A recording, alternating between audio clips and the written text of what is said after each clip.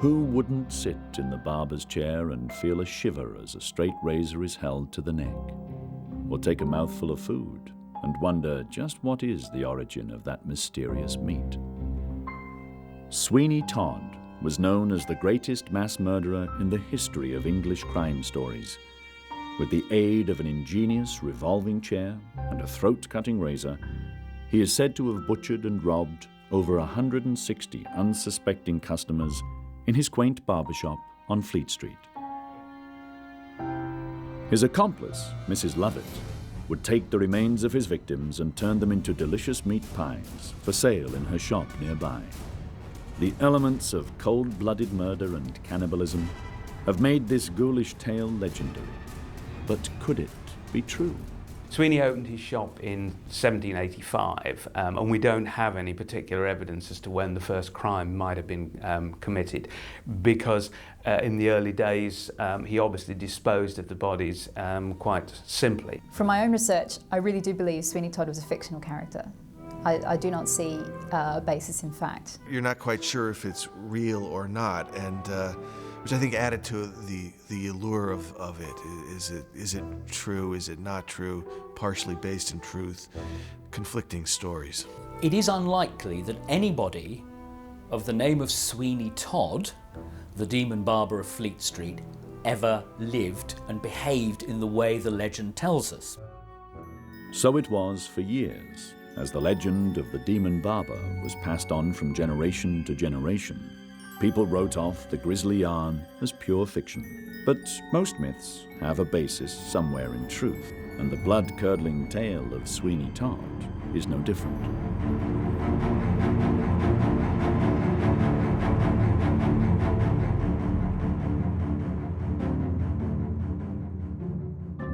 Long before audiences were thrilled and horrified by Freddy Krueger, Leatherface, and Jigsaw, there was the legend of the demon barber of Fleet Street. To generations of youngsters, Sweeney Todd was the English bogeyman. Rowdy children were warned against misbehaving with threats of being kidnapped by Sweeney and served up in a meat pie. Actually, this type of cannibalistic bedtime story was not unusual. The witch in the gingerbread house had every intention of eating Hansel and Gretel. The giant with the castle in the clouds earnestly hoped to devour Jack after he finished scaling the beanstalk. The wolf ate Granny and tricked Little Red Riding Hood into drinking Granny's blood. Fears of cannibalism. It's a very, very basic fear. And it goes all the way back to myth, and and forcing people to be cannibals is an ultimate revenge. That kind of movement to cannibalism as revenge and the horror of eating human flesh inadvertently is something that gets to something very basic. I think the interest in cannibalism, and certainly we can put Sweeney Todd in that category, is that it's the ultimate taboo, isn't it? You know, I mean, we get very intimate with each other, but we don't actually eat each other. Inspiration for the cannibalistic theme of Sweeney Todd dates as far back as the 16th century, when a bloodthirsty young Scotsman named Sawney Bean roamed the countryside. His savage tale is considered by many historians to be the basis behind the legend of the demon barber. And Sawney Bean had many children and had a kind of great clan of murderous people around them, many his family members, that whenever an unsuspecting traveller happened upon the area in Galloway where this cave was to be found, Sawney Bean and his clan, his group, would kill the traveller, smoke or pickle his or her remains, and then eat the body. Themes of cannibalism have always been prevalent in popular horror stories. Also common are elements of extreme violent behavior. In 1784, fiction became fact when a murderous barber officially materialized into the historical record. And a story which appeared in a periodical called the London Chronicle concerning a jealous barber who one day was ministering to a client in his barber shop, and the client began to boast about the sexual conquest of a certain woman. And the more he boasted and told of his conquest, the more assured the barber became that the woman he was talking about was his wife. And so, in a fit of jealous revenge, the barber slit the client's throat. Cannibals and murdering barbers collided again a few years later in 1800 with the story of a deranged French barber who killed one of his customers and sold the remains to a pastry cook who turned the human flesh into savoury French meat pies. Apparently, the French barber and pastry cook carried out their heinous crime in the ancient street of the Rue de l'Arpe in Paris. The case was so horrific that the French government not only executed the two men, they also tore down their establishments so the public would not be reminded of their infernal deeds. This ghastly account would become another source for the myth of Sweeney Todd. And there's lots of conflicting stories about the origins of the character. It was a story that kept kind of coming back and, sort of told in kind of folklore. It's kind of modern fable, and it kind of kept going through 1800s. And then, there was talk it was based on some real character. Even Charles Dickens referred to the demon barber. In his novel Martin Chuzzlewit, written in 1843, he warns readers of the danger of going into dark and unknown parts of London and ending up as a meat pie. Shortly before Dickens's novel, in the early 1800s, a rash of Gothic horror fictions had become extremely popular in Britain. Apparently, literary enthusiasts of that era had no more use for the stale ghosts of Shakespeare. They wanted to read about satanic villains, homicidal madmen, fatal women, and bloodlusting vampires. There's something quite peculiar about the Victorians. So very gory, graphic representations of violence that seem to emerge in popular theatre and particularly in melodrama, in popular literature. So I think was kind of related to the social upheaval at the beginning of the 19th century. It was kind of a coping mechanism. It was able to express the fears and anxieties associated with urbanisation, industrialisation, life in a changing metropolis, that wasn't always very nice. Ghastly stories about the criminal underworld had already been selling in droves. The so-called Newgate novels demonstrated the folly of a life of crime and had been becoming popular for the past 50 years with the British public, since the first true crime report appeared back in 1776. The Newgate Calendar was typical of publications that developed to glorify crime. People were surrounded by it. There was clearly an interest in this, and we're talking about the time when education was just beginning to enable the population of London to read. And the Newgate Calendar specialised in people who'd been imprisoned, hung, murdered, whatever, in and around Newgate. By the mid-1800s, London publishers began to promote and capitalise on the public's growing fascination with crime and criminals. They pounced on the thirst for cheap printed reading material at a time when most literature was being published in expensive multi-volumed books. Suddenly, small, inexpensive, macabre publications began to appear at newspaper stands across London. These gory yarns told of blood-soaked villains and persecuted heroines. There were two terms for these kind of publications, penny bloods and penny dreadfuls. They are effectively the same things. It might be argued that the penny bloods, the amount of blood on them, on the victims, was a lot stronger than on the penny dreadfuls, which might occasionally have gone for a more romantic scene. So if there was a definition, it was penny blood because there was a lot more blood on the cover. And all the cheaper publishers rushed to get in on this, and there was a great flood of this literature.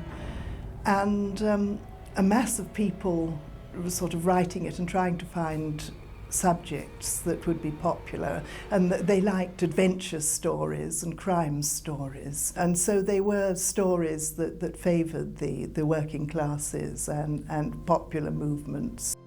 The plots of these lurid magazines were often inspired by the melodramas of the day and tended to be somewhat predictable. These stories were hardly great works of literature. Most were churned out by poorly paid writers who were encouraged to embellish the material if the facts were not gruesome enough for the working class public.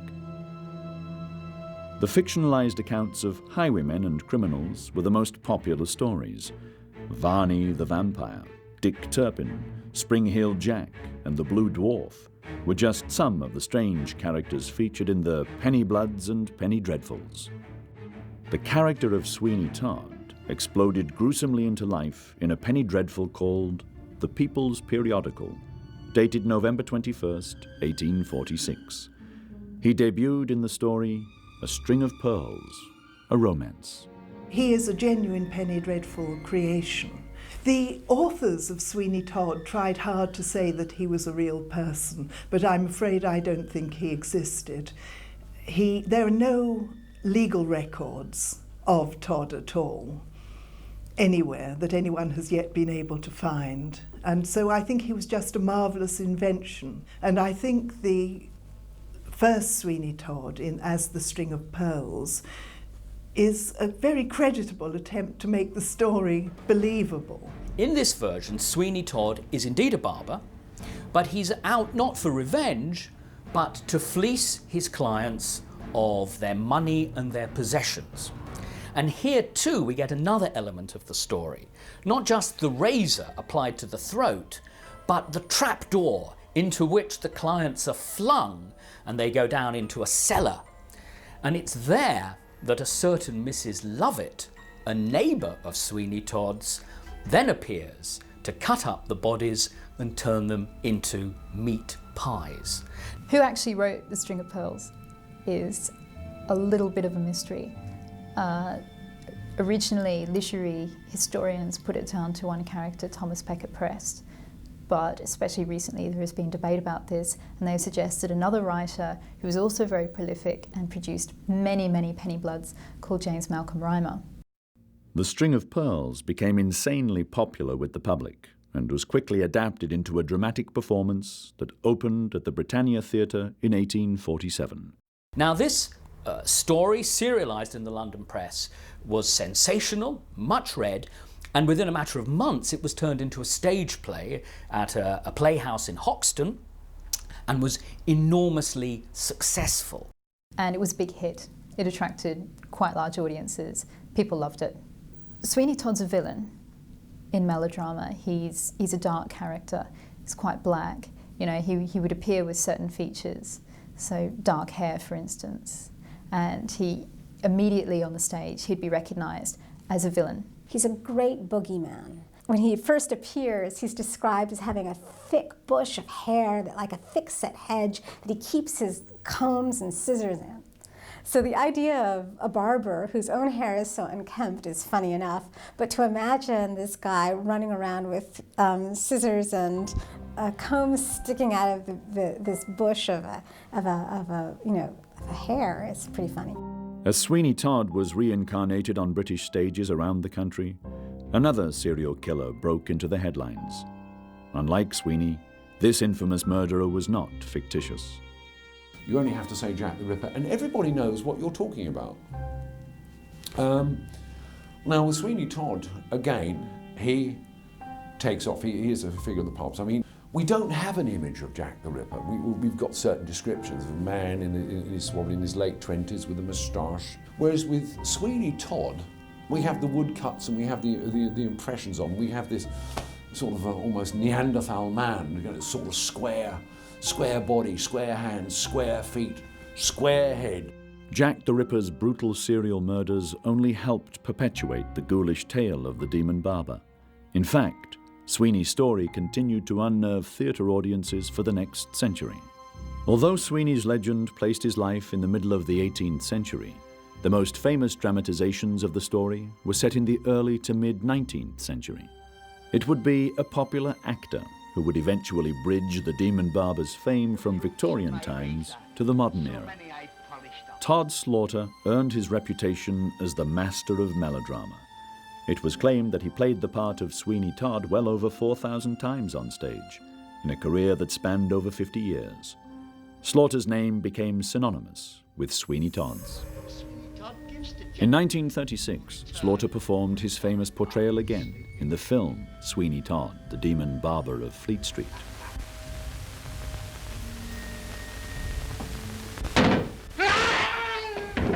Slaughter produced the first of the great Sweeney Todd films. He was a wonderful old ham, making the very most of this great razor-swinging, revolving chair hero, and he played him on the stage as well as in films, and was very famous for his line, "I polish him off nightly." Great character. And he carried on playing it almost until the day he died. And it must have been quite a sight to see a man in his 70s wielding around the stage, doing the same thing he'd been doing as a young man of 30s. I will tell him what happened to the captain of the Golden Hope after he left the quay, and then... Todd Slaughter's riveting performance only helped solidify the public's belief that Sweeney Todd was indeed a real person. And it lodges so deeply into the public mind that within a few years people really believe that someone called Sweeney Todd actually existed. He becomes a historical figure rather than a mythical figure.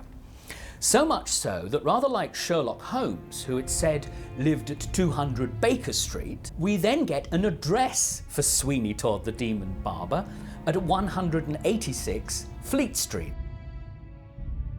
Looking back in the evidence, the historical evidence, in the literature of crime, we can't find a Sweeney Todd. He doesn't exist in the Newgate calendar. He doesn't seem to exist in the records of the Old Bailey. So in that sense, I can't put my finger on any piece of evidence that says he is actually a real person. In 1979, the story of Sweeney Todd jumped into the public's consciousness once again. Legendary composer and lyricist Stephen Sondheim created a musical thriller version of the story, starring Len Cariou as Todd and Angela Lansbury as Mrs. Lovett. Sweeney Todd, the Demon Barber of Fleet Street, won 8 Tonys, 2 Grammy Awards, and was named Best Musical of 1979 by the New York Critics Circle. In Sondheim's musical, the story of Sweeney Todd is set in the 1800s, which is nearly a century later than the popular myth. Serve a lot of graves, do a lot of relatives' favours. Here's those below serving those up above. In the film version of the musical, director Tim Burton decided to set the world of Sweeney Todd in an ambiguous time frame.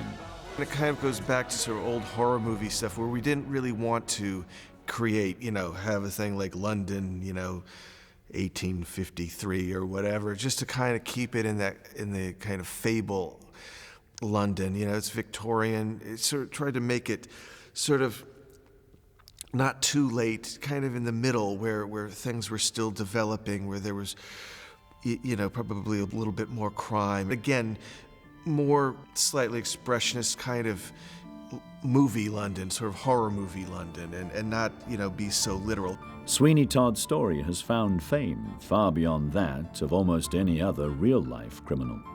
It is certain that an individual's appetite for all things ghastly will always be satisfied by the Demon Barber's capacity to titillate and revile. The Sweeney Todd legend speaks to us precisely because public tastes have not changed so very much in the course of 200 years since the Sweeney Todd legend began. In that sense, we're not that much different from those early Victorians. Sweeney Todd's an iconic figure now. In the same way that Jack the Ripper is. We don't know all the answers. I would be the first to hold up my hands and say, I believe he was real. There'll be others who will tell you with equal conviction that he wasn't. Like Frankenstein and like Dracula, tying into some basic worries that we are all going to have.